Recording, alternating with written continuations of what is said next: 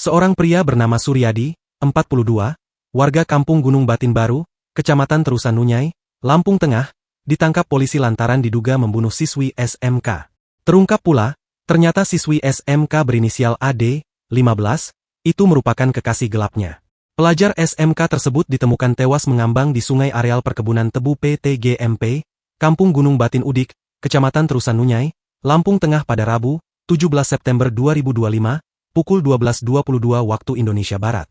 Kasat Reskrim Polres Lampung Tengah AKP Devrat Aulia Arfan menjelaskan, dari hasil penyelidikan sementara, Suryadi diduga kuat sebagai pelaku yang membunuh siswi asal Lampung Timur itu. Hasil penyelidikan sementara, korban adalah kekasih gelap tersangka yang dibunuh lalu dibuang ke sungai tersebut, kata dia, Kamis, 18 September 2025. Saat ini, terus dia, tersangka sudah diamankan. Polres Lampung Tengah juga masih melakukan penyelidikan lebih lanjut. Dia menjelaskan, Suryadi sendiri merupakan pria beristri yang bekerja sebagai wira swasta di daerah tempat tinggalnya. Ditambahkan, Suryadi dan AD terlibat hubungan gelap. Namun, Suryadi emosi saat dimintai uang oleh AD 8 juta rupiah untuk membeli ponsel.